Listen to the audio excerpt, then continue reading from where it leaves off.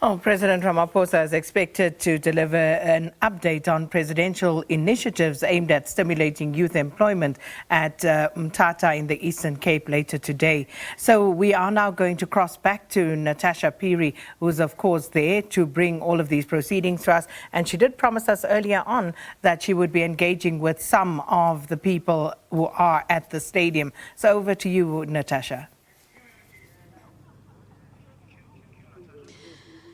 Thank you very much, Sakina. As promised, we are giving you all live coverage of this Youth Day event here at the Mthatha Stadium in the Eastern Cape. And right now I'm joined by the Deputy Director General of the Department of Arts, Sports and Culture, Ms. Mthatha Kwatamba. I hope I got your surname right, ma'am. Thank you so much for joining us on SABC News. I mean, the stage is set. The President will be speaking around 12 o'clock. But I mean, as we commemorate Youth Day, 46 years down the line, young people of this country are still complaining about issues of inequality, poverty. What is your department doing to ensure that, young people are actually integrated in key sectors of society across all boards? Thank you very much. The Department of Sport, Arts and Culture is a department that by its name, it's promoting various things. It's promoting the participation of young people in the sports fraternity. And you will remember that this is one of the areas that historically have been closed zones for especially black people. And South Africans in general, they have not been participating in global sports. So in that, I can say there is a transformation agenda that as the department we are promoting.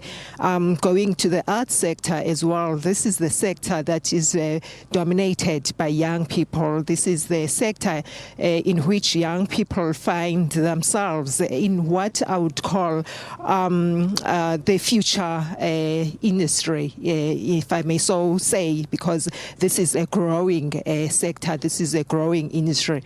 But in addition to that, this is a department that is instilling sense of patriotism for young people. If you are looking at what we are doing in terms of our heritage promotion programs. But overall, we are also concerned on issues of social unity. How do we manage the diversity that we are in South Africa?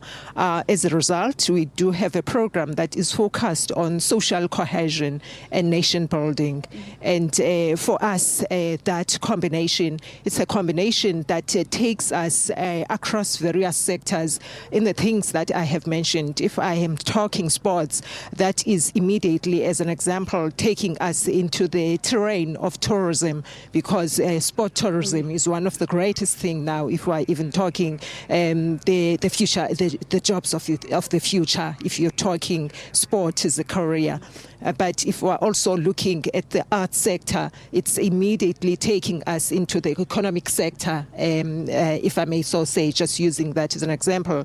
But if we are also talking the issue of heritage promotion and preservation, again, it's taking us into the other sectors in terms of your international relations. How do we build in and integrate with others in other countries around and far from us? Okay, Ms. Mthatha, before we actually link to the ad break, I need to ask this question. There was a controversial flag project that the department has put on ice right now. Young people are saying, why not prioritize that money for youth development rather? To us, everything is a priority. The project of the flag that has been spoken about, I must indicate as well that that project was not just about a flag post that is flying up the sky.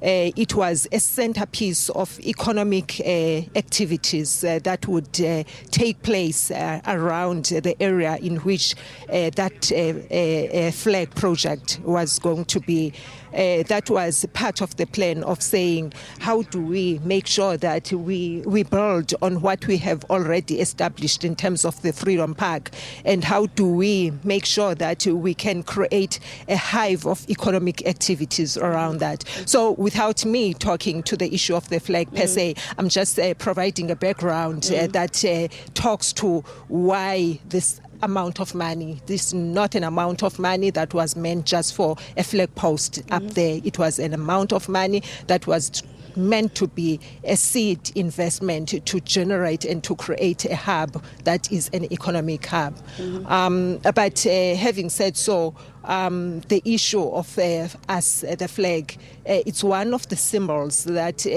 we have been using in terms of nation building program. Our flag is one of the symbols that we are saying it's a unifying symbol. It's a symbol that instills patriotism.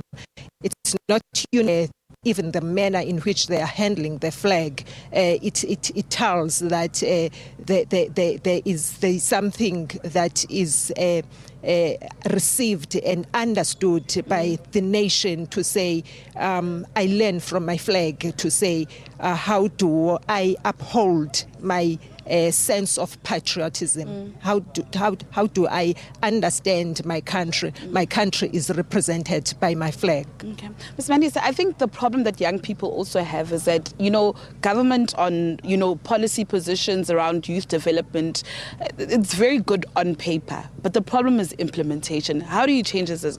How do you change that as government? It's an ongoing process. Remember, we still connect, and I think we connect without a debate to say our democracy is still fairly young democracy. So I think government, yes, has spent some time developing policies.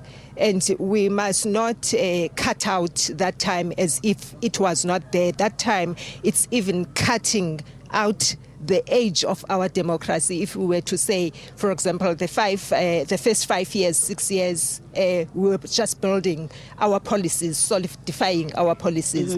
The next step was the step that says, now that we understand our policy framework, how do we unskill our people? Unfortunately, we have to go to an ad break. I'm so sorry for that, but of course we will catch up with you later on.